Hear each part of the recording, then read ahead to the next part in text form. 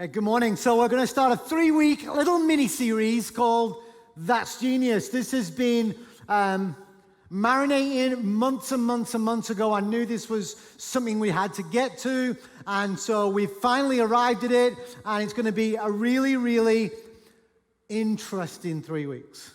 I use the word interesting because there is something genius about what we're going to learn about in the next 3 weeks, but more importantly, we're going to see the value, how genius it is, and how it can really transform our lives. But before I get to that, just to let you know, we're in November, and as Oz and April said, there's a lot going to be taking place between now and the end of the year, but one of them's coming up super quick, and that is Thanksgiving.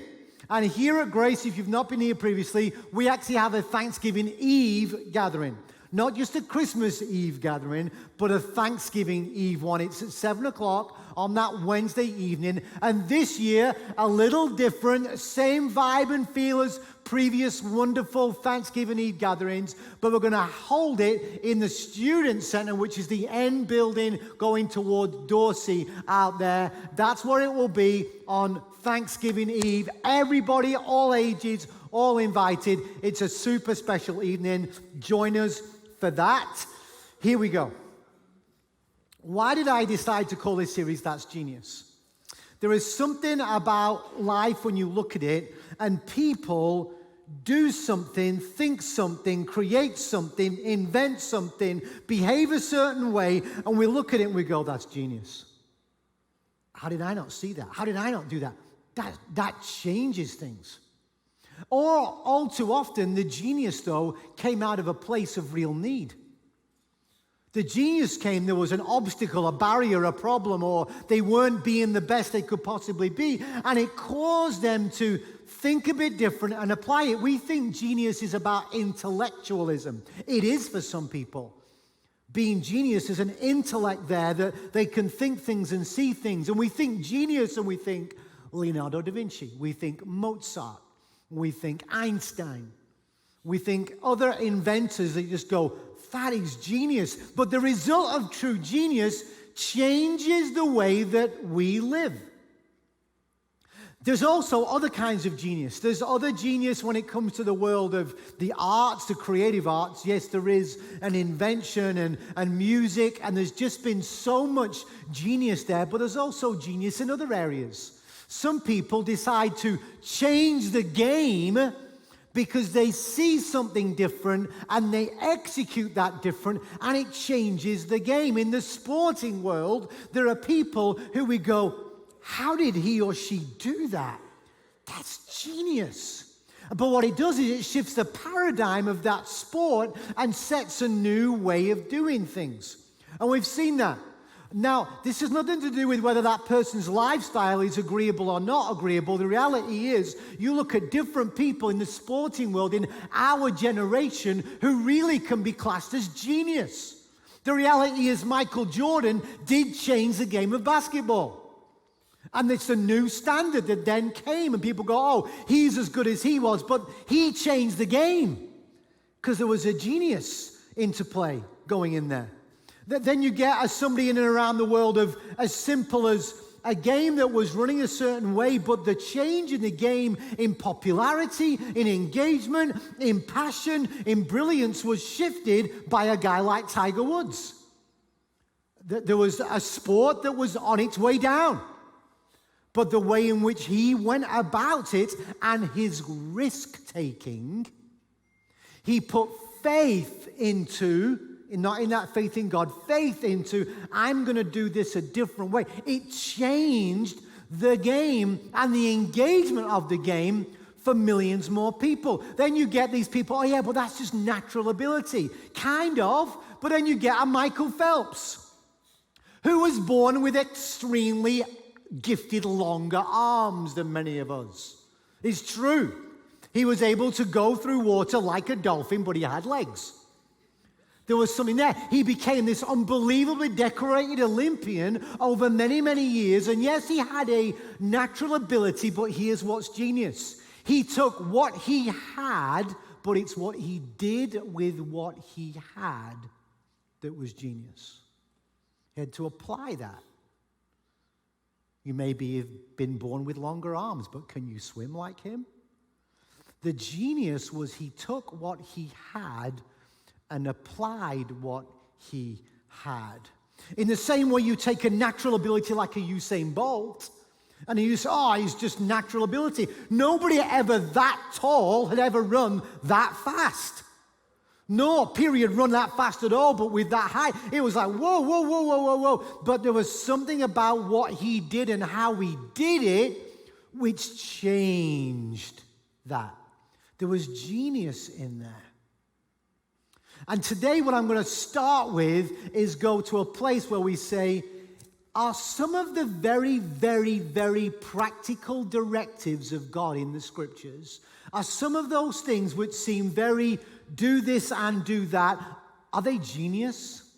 Are they genius in such a way that you go, oh, so if I do this and live that way and align myself that way, it changes things?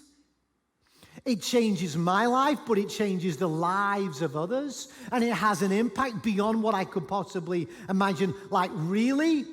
It's one thing to admire genius, it's another to live in it. Could it be that what I have in my life and I apply it the way God wants me to apply it could be genius and could really change things? The reality is, yes, but only if we apply it. And so with that in mind, I had these three words last week that came to me: unity, humility, and love. For this season, I believe that I had to prioritize decision-making that was towards unity with a posture of humility and always driven by love. And I was sat in that, and I thought it was just for me. I thought, no, it's for a wider community, and then shared it with the staff as well. And then this week, the reality of that came hitting me so clear. It's on the screen. 1 Corinthians 13 is the stanza of love. But the end, 1 Corinthians 13:13 says this: and now these three remain: faith, hope, and love. But the greatest of these is love. And I paused and I went, faith.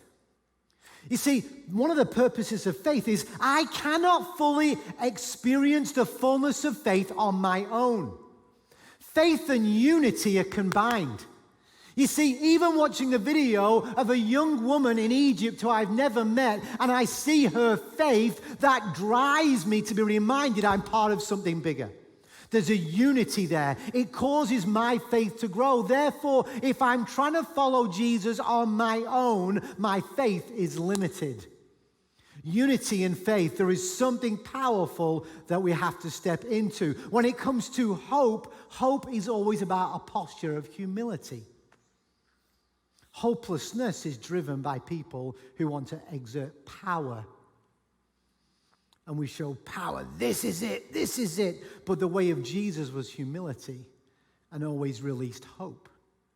And as we know, love changes everything. Love brings about life change.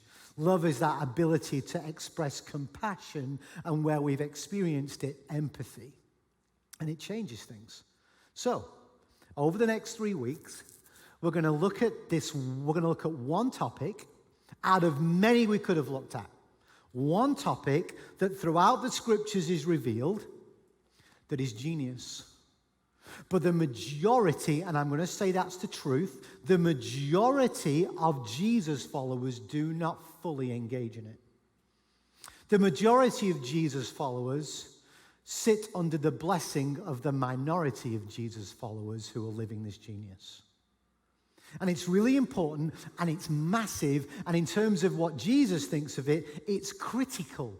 It's a critical subject matter, because this genius, when we live it out, takes faith, and it grows your faith, and it builds your faith, and there's a risk-taking nature to faith in it.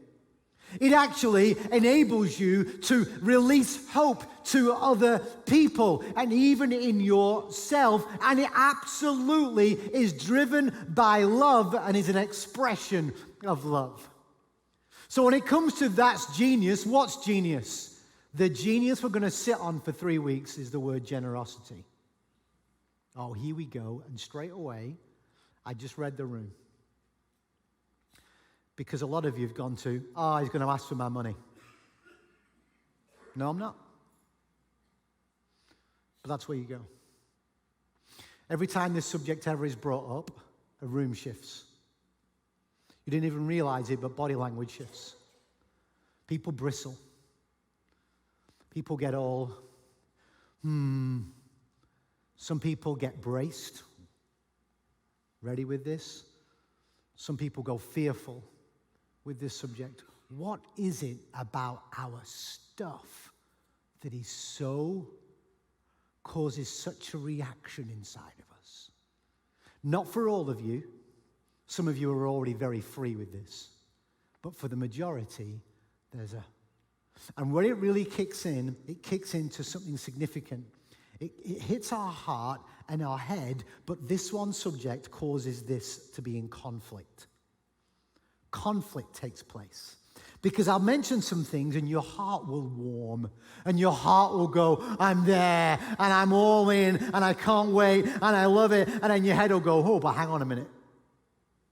If I want to follow my heart, my head's going to go, don't compute, irrational, doesn't make sense, irresponsible, not wise, you deserve it, you earned it, it's yours, heart saying different, conflict. It's there. Let me let you into some good news, kind of. That is a conflict that has been happening inside humanity since the book of Genesis.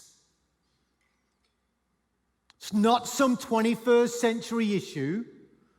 You know, it's not suddenly we now have a disease called consumerism. The head and the heart, when it comes to stuff, has been in conflict even since Genesis.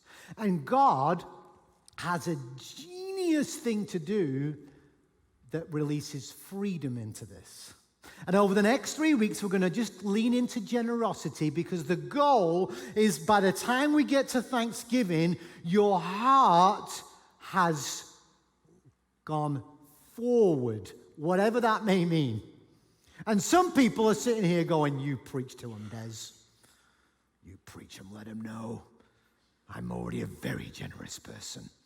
My humility overwhelms me right now. But this is where it is. And all of that, and I get it, but listen. And it's not easy. So let's listen to the words of Jesus. Let me go to the most well-known part of this. I'll do a little bit of teaching on it and get to the real heart of the issue. Okay? Really, honesty is going to be the key in this. Matthew 6, it's on screen, but if you've got a Bible, Matthew 6, the context matters. Jesus, this is in the center of what is known as the Sermon on the Mount. So when I read before about blessed are those who are persecuted, the Beatitudes, it's called the blessed. Same day, same crowd. He's gone through all kinds of different things to do that are genius to this is the fullness of life available to you. And then he just goes, okay. The crowd are all God followers in terms of Hebrew people for the majority. That's where they are. They're sitting there, and Jesus has got them, and he makes them squirm. Matthew 6, verse 19. Do not store up for yourselves treasures on earth, where moth and rust destroy and where thieves break in and steal. But store up for yourselves treasures in heaven, where moth and rust do not destroy and where thieves do not break in and steal. For where your treasure is, there your heart will be also. And I can just skip to verse 24. No one can serve two masters. Either he will hate the one and love the other, or he will be devoted to the one and despise the other. You cannot serve both God and money. Okay, here we go. We've heard it maybe 100 times, maybe more before. What's he really getting into this? Here's a quote. It's on screen for you. I don't know who said it. It's not me. I don't know who said it, but it's good. What you keep is all you have. But what you give, God multiplies. Now, I didn't say God multiplies it just to you. What you keep is all you have. But what you give, God multiplies. Let me take this super basic. When you tip a server, No one's got a gun to your head saying serve or whatever. You choose that. When you tip a server, the impact of that tip, you don't know where it goes. But it has an impact. Now, that's just a little bit of leftovers that you tend to give. But the reality is, what you keep is that's all you have. But what you give, God multiplies. This is really important right now.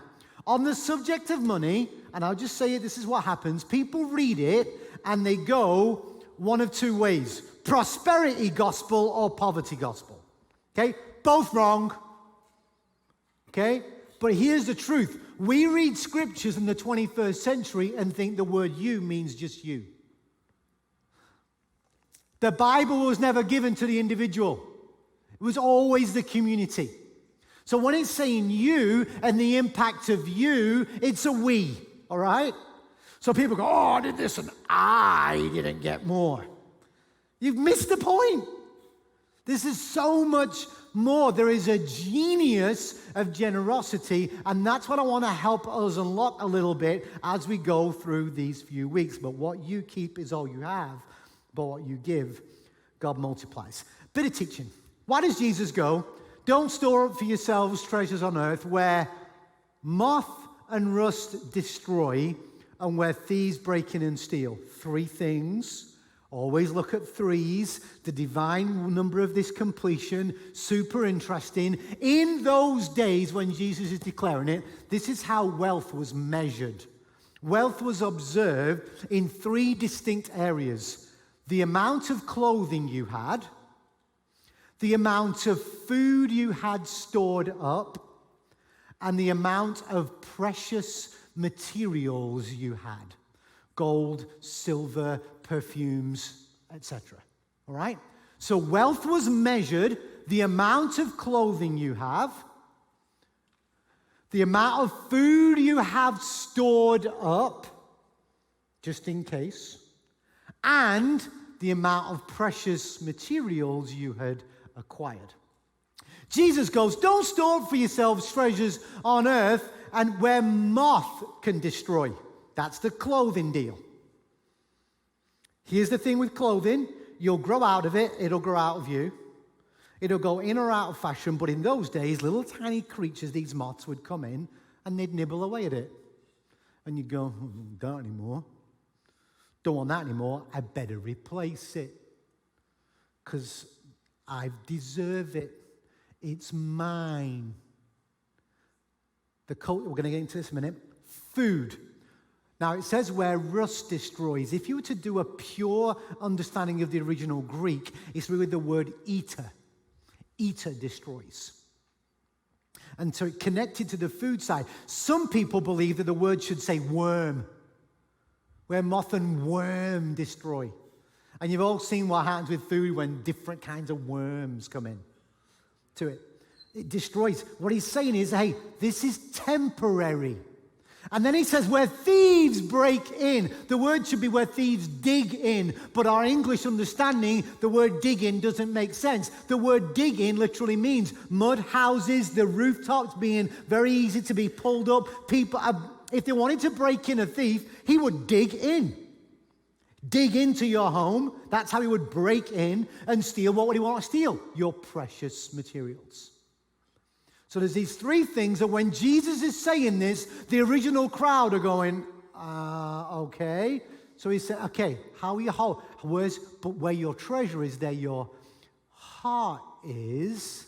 We've heard it all before, so let me ask you a question. Where's your heart when it comes to your stuff? Oh, there's this. No, I'm going to sit with it because I've been looking myself. When it comes to your stuff, now, what does that mean, Des? Okay, your material possessions. So that's your bank account, your investments, your clothes, your stuff, your material possessions, your house, your vehicle, your material possessions. Not your keepsake precious items that are only valuable to you. Okay? Nobody wants you to donate your family album to them. That's weird. In a fire, you may rescue it. No, I'm talking everything else. Where's your heart on that? You're in one of 2 postures. Maybe one of three. One is mine. Mine. Get off it. Mine. When a baby's born, mine. A toddler and a toy, mine. Any child, mine. And if anybody wants to take mine from me, even if I'm 3, the world will find out. Mine. And we grow up with a mine culture. It's been there from the beginning. I'll get to it later on. Mine. Oh, mine. Wait for it. No, Des, I earned it. I inherited it. The Lord gave it to me. Mine. Second posture is, most of it's mine. Most of it's mine. Third posture, it's all God's, I'm looking after it. Where's your heart? I would love to be able to say to you as your pastor, I live my life like this. And every day I just think, you want it, you have it. Just a generous posture in every way, shape, or form. I'll touch on it in a moment, but just I wanted to sit with it. And I can see the world, this room, there's some, And you college kids, just fasten your seatbelts. I'm going to attack you in a moment. On stuff. All right? Because how you start, the trajectory of your life gets impacted. And all the older ones are going, you preach to them, Des. What example have we set? Sorry about that. Moving on. It's comfortable, isn't it? Could be an empty church building next week, Des. Just be careful of that. Okay, no, we're going to share stories over the next few weeks. There's a genius of generosity, but I've got to just start here because Jesus did. And just lean in a little bit.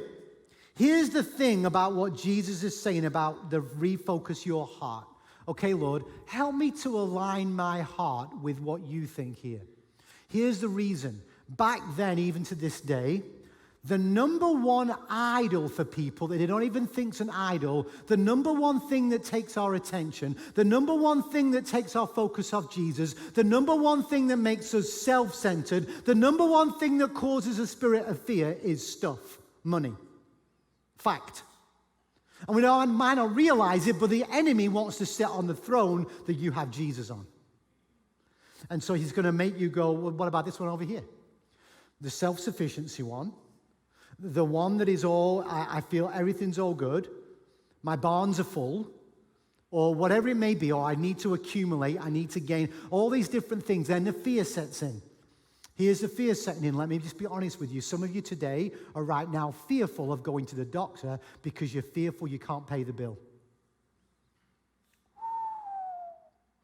Some of you are fearful of taking your car to a mechanic because you're fearful it's worse than you think it is. Some of you right now are thinking, well, I could do this job, I could do that job, but this one's more, but this is where my passion is, but I have to go for the one for more. And suddenly I'll sell my passion for. But that seems responsible and all of those different, all them dynamics are taking place right now in it all. To make sure that I fit in, and I need to buy, I need to accumulate, and I need to, all those things subtly come in and you don't realize is that my heart and my trust are not for God, they're for everything else. And that's the way humans have always had this battle going on. There's something that gets us, and Jesus is saying, listen guys, when it comes to worshiping and serving, you can't do both, and I'm all about your heart. So let me just talk about that. How is it we're living? Here's the truth. The number one deal on unlocking the genius of generosity is what's called the principle of the first. And this is where I have to land today. I'll say next week is going to be a lot of inspiration for you to really help see it in action. Today, let me give you some foundational. The principle of the first is the key to unlocking the genius of generosity. What are you talking about? Throughout the scriptures, all through, we haven't got time to go through it, there's been the principle of the first in play. And let me unpack the why. Let me take two examples, the firstborn and the first fruits. So God ordained for his people to live in a certain way. There was a principle of the firstborn. So here's all your livestock. God would say, give me your firstborn, the firstborn one, the most precious one. Give me your firstborn one. And you're thinking, right, okay, just because? Does God need the firstborn one? No, he wants us to give the firstborn one. There's reasons for that. One of the reasons we forget is the principle, we haven't got time, but it's in Exodus 13, is the principle of, here's what has been provided to me. I'm going to bring the first and give it to God, and here's what he says. If you want things to be clean, the way for things to be clean is to sacrifice that which is clean to cleanse the unclean. That's the principle I need you to trust me with. The reason is you give to me first what is best, and I will bless the rest. Don't get all prosperity gospel on me, because this is culture, not just you personally. Oh, I give to God the tenner, and he gives me 55 million. Yeah, okay. The reality is, give what is first, and here's the why. Number one, where did it come from? So whose is it anyway? Principle of the first. Faith and trust, principle of the first. But there's a biblical principle all along that said, for that which is unclean to become clean, something clean has to be sacrificed. So all through the Old Testament with the principle of the first, who's it pointing to? Jesus. God loves the world so much, he sees what is unclean, and he knows the only way to make the unclean clean is to sacrifice that which is clean for the price of the unclean, to redeem. This is where it is. Give to me first, he redeems the rest. That was the whole principle. It's a trusting, it's an anointed thing. That's what we do, and we trust him, and he's genius, but we don't trust him. There's a faith journey, and he says, trust me in this, trust me in this. It's unbelievable, but it's the first. It's not the leftover, it's not the last, it's not along the way, it's the first. In fact, God's not impressed with the second or the third or a little bit, however much it is. It's the principle of the first. Now, with that in mind, the followers of Jesus, the principle is something powerful about first. Why did Jesus rise on the first day of the week? Why does Jesus declare, seek first his kingdom and his righteousness? There's something powerful about the first because it's a faith declaration, it's a trust declaration, and it's like, no, I go there first, and I'll only ever understand the rest when I live with that. Let me just help you with this a little bit. I'll go personal. Okay? I'll go personal. Oh, just as an aside, because I get this. Oh, Dave, you're talking about money, you want our money. Just so people know, all right? For no other reason, because some of you are thinking it. I have no idea what anybody in this church gives. No idea. I don't want to know, I choose not to know, and I tell the people who do it, don't tell me. Why? Because there's a sin in the book of James called the sin of partiality. And if I find out who gives and who doesn't give, I'm going to humanly treat you different. That's not very I'm just being honest. I don't want to know. So I don't know, okay? So if some of you are thinking, oh, he's picking at me. No, I have no idea. I'm never going to know, all right? Just so you know. And if you don't believe me, go ask some people. But I just want to put that in there because I hear stuff, all right? I don't know. I don't want to know. You're all good, okay? Now, when it comes to giving, there's an adjustment been made. I had to make an adjustment at one point. In England, you always get paid pretty much monthly, all right? So when we moved to America, you get this twice-a-month gig. Sounds good. It's not twice as much money, but it's twice a month. Get it? So there'll be this principle, each month we give. But I was getting paid twice a month. So where's the give first? So there's an alignment needed to say, this is payday, same day, out of account, payment, give to the Lord. Just a simple adjustment. But it aligns you with the principle of the first. For some of you, that might be like, oh, good point. Is it first? That's the question. Is it first? It's not about amount. Is it first? So, college kids, I have no idea if you give or not. I have no idea. Research would say, globally, that you don't give. Because you don't earn your job yet. And when I earn, then I'll give. All the best with that one. Just to let you know, everybody, college kids, you think, oh, it's so much easier with people who are earning and they've got more money. Giving's so much better when you've got more. Wrong. The Bible even declares that it's not easy. The more you have, the harder it is to give. Because the louder the idol is. Because it's bigger. So there's something there. And so I'm just saying to all you college kids, what's first? Give first. Well, I don't have a job and a certain payday. Whatever, give first. Every first day of the week, give. Give. It's the principle of the first, and if you're giving your life to Jesus, give first. You'll never regret it. Now, that message could be for the rest of the adults as well, but I'm just saying, where are you at with the give first? There's a biblical principle, and I've scratched the tip of the iceberg on it, but give first because it's the greatest thing, especially in the Western world, that has your attention.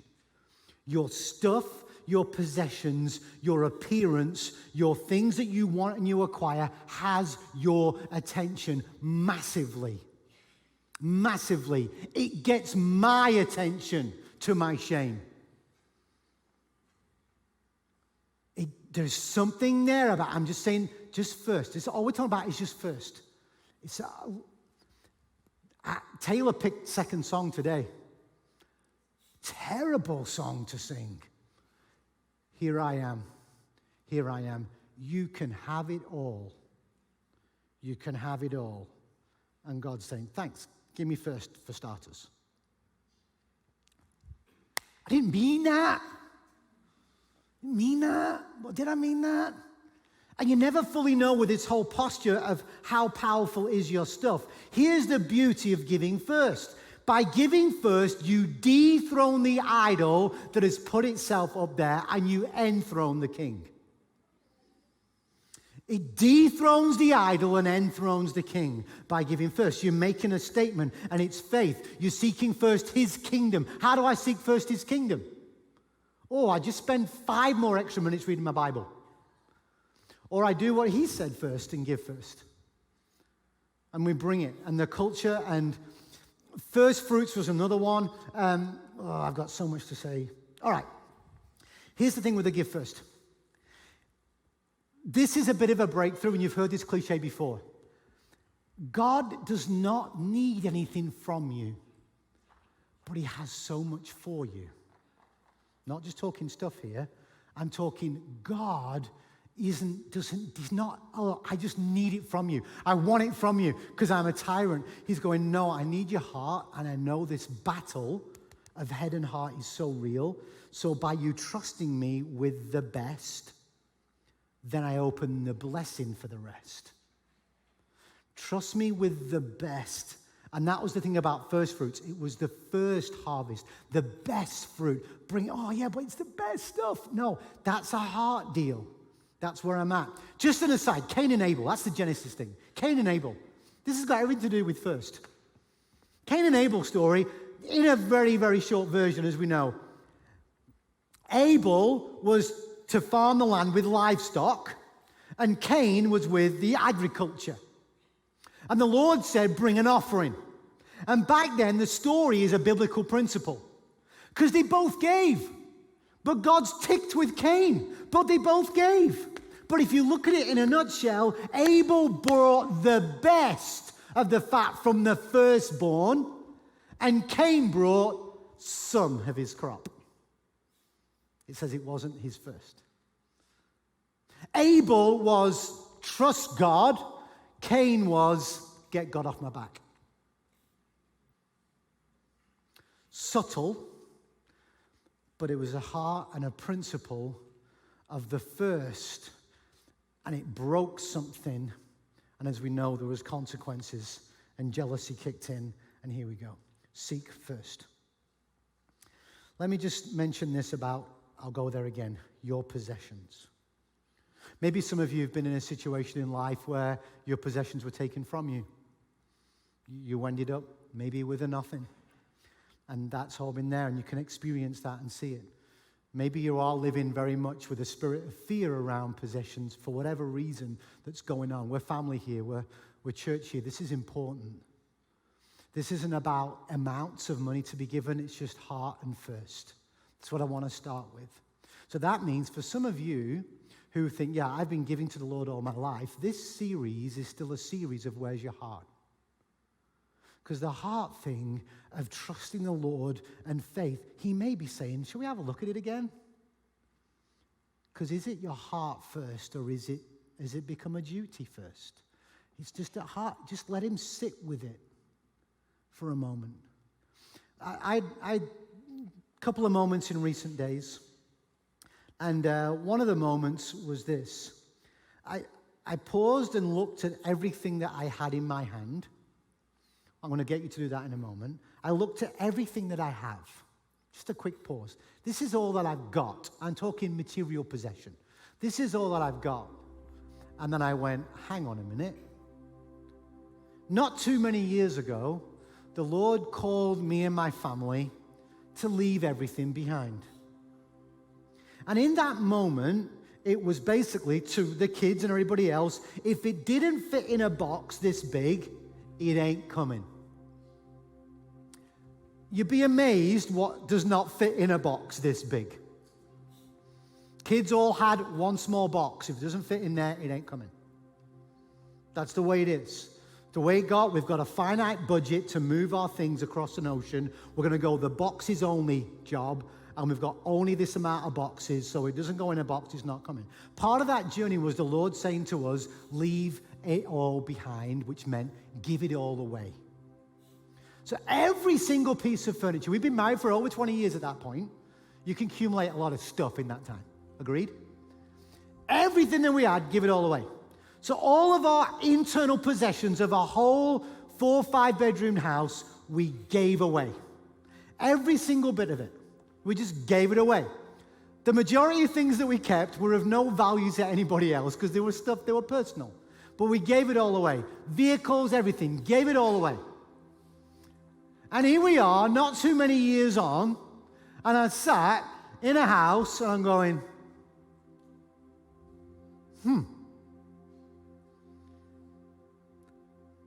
that couch that didn't fit in the box, I'm sat on one. That table and chairs that didn't fit in a box, I'm sat on another one. That dining table that didn't fit in a box, there's people sat around it. That piece of carpet that didn't fit in a box, I'm sat on. That television that wouldn't have even worked in America anyway is on a wall. And you just stop and you just go, what did it feel like giving it all away? Was there a twinge in the back of your mind that just went, irresponsible? You're going to move your family to the other side of the world with boxes. How are you going to do that? Did that creep in a few times? Of course it did. But nowhere near as loud as the voice that said, trust me in this. Trust me in this.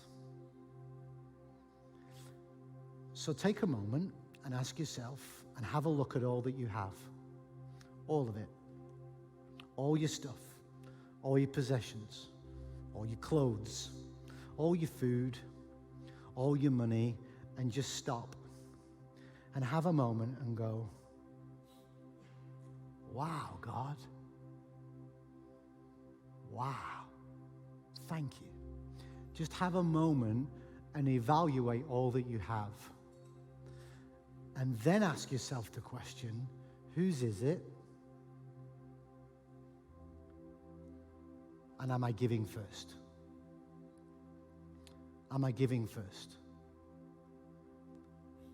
And then in these few minutes, for some of you, the first faith step in this series is going to be, what is first? What is first? It isn't go home, I'm going to sell all my stuff on OfferUp and give it all to the poor. That could be coming down the track. Could be. But right now, from what you have, am I giving first? It's a heart thing, it's a worship thing. And do whatever it takes to align yourself with the Lord. You may be already doing that, but the Lord's stirring something in you. I won't know, by the way. But it may well be, this is what I need to do. It may be phone out, GraceAZ 94,000, option whatever number it is. It could be 2. Give. And start. And set it up. Systematically, this is what I'm going to do. This is what I'm going to do. It may be today, whatever it is, as you're on the way out to the little giving boxes. This is what I need to do. But it's a heart condition of first. Do you trust him first? And I'm fully aware that for some of you, though, the grip of possessions and even money, especially in our culture, right now, has got you like this. And I understand that. You're concerned about bills to pay. You're concerned about health decisions. You're concerned about practical things. You're concerned about the whole host of stuff related to it. How is this? How is this? How is this? The answer is give first. But the issue is your heart. And I want to create a small space this morning for you to be able to dethrone that idol. That idol knocks on my door daily. To dethrone that idol, and it could be related to fear, and right now you may be a person who doesn't know where the next meal's coming from. You need to tell us.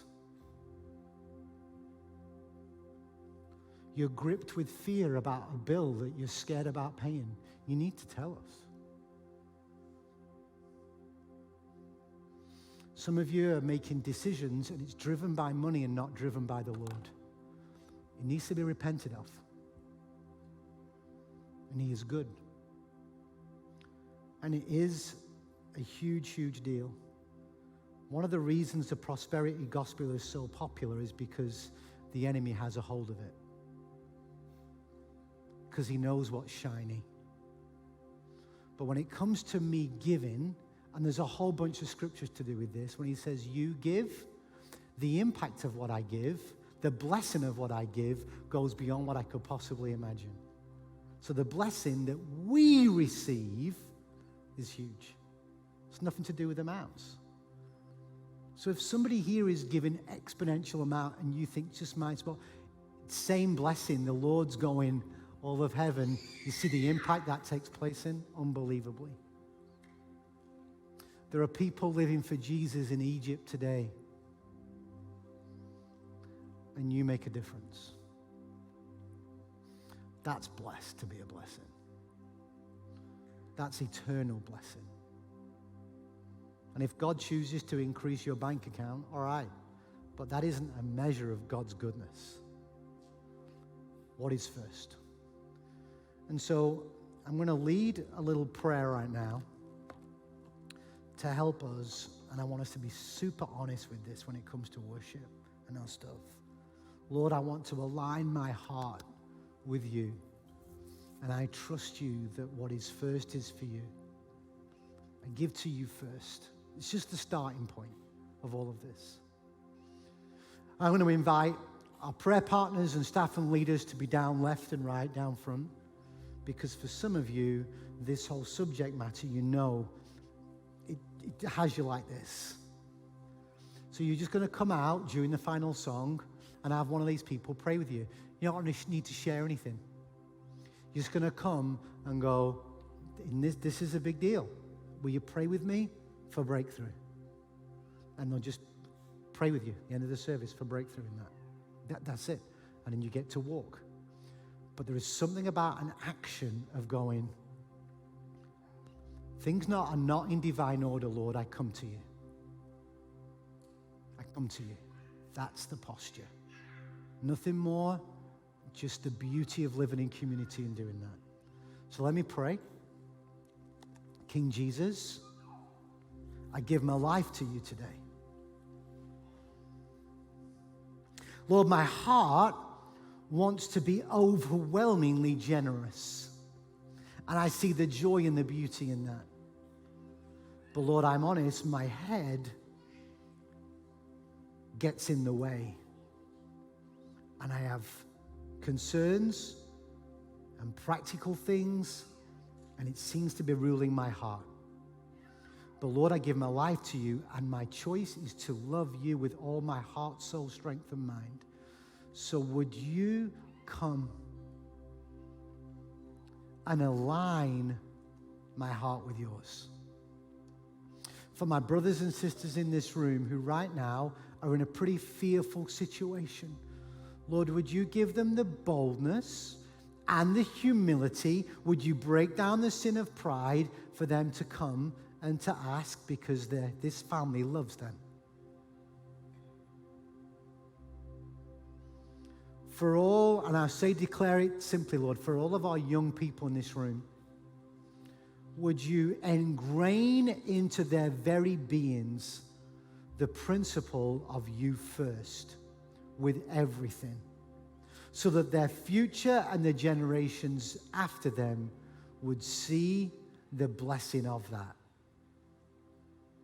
Would you cause them to course correct and align their hearts and minds to you? We declare you as King, Jesus. You are King, and you deserve our first. In Jesus' name, amen. Amen, amen. I went long for a change. This closing song is All Hail King Jesus. This is what he gave for us. I want to invite you during the song, come out. So if prayer partners and staff and leaders want to come out now, then our people have got somewhere to go. During the song, go, and it could be as simple, just help me with this, and a humility and posture and prayer, and dethrone the grip of all this stuff that we wrestle with. I'll be out on the porch. Take care.